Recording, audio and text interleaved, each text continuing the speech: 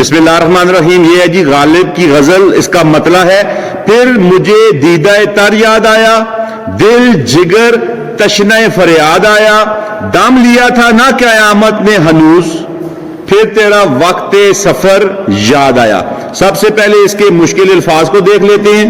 دیدہ تر کہتی ہیں نم آنکھیں, یعنی آنسوؤں سے بھری ہوئی آنکھیں. جگر کہتی ہیں کلیجے کو, اور اس کے مجازی معنی وہ ہوں گے میرا محبوب. جگر تشنا بہت زیادہ پیاس. فریاد کہتے ہیں آؤ نالا کو, دہائی کو, شکایت کو. دم لینا کہتے ہیں سانس لینے کو, ٹھہرنے کو, سکون لینے کو. ہنوز کہتے ہیں ابھی کو یا اب تک کو. راہ گزر کہتے ہیں راستہ یعنی گزرنے کی جگہ کو.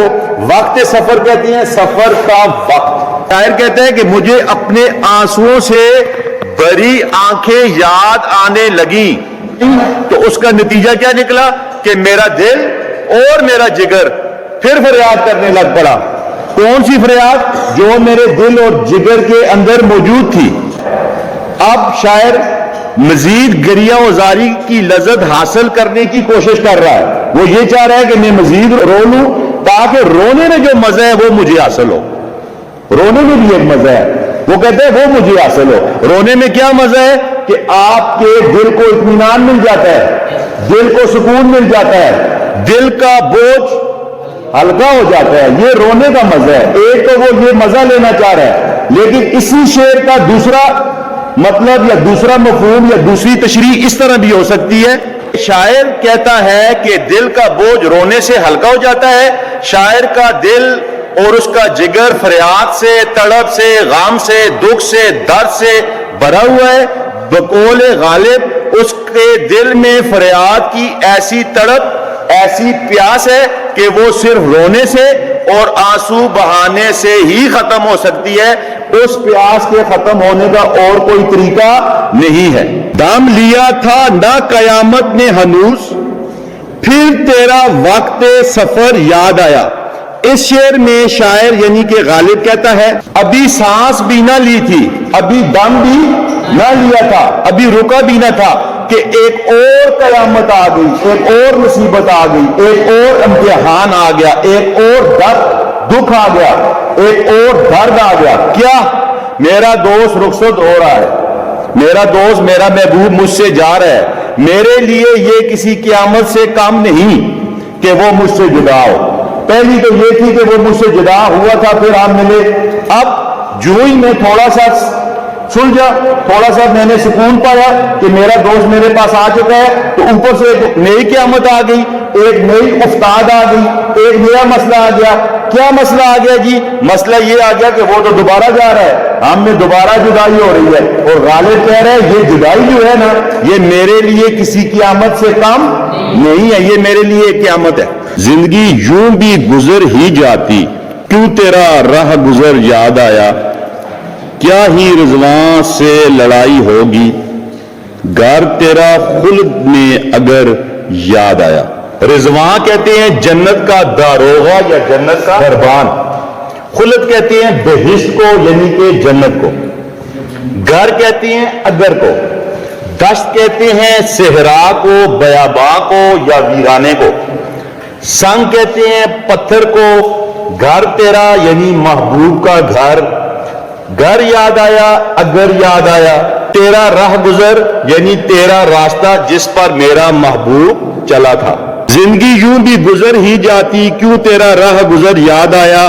کیا ہی رضواں سے لڑائی ہوگی, گھر تیرا خلد میں گھر یاد آیا. کہ زندگی تو کسی نہ کسی طرح گزر ہی جانی تھی, وقت بھلا کب رکتا ہے. میری زندگی بھی اچھی بھلی گزر رہی تھی, مگر محبوب کے سفر کرنے یعنی جدا ہونے نے میری زندگی میں ایک ویرانی اور طوفان برپا کر دیا.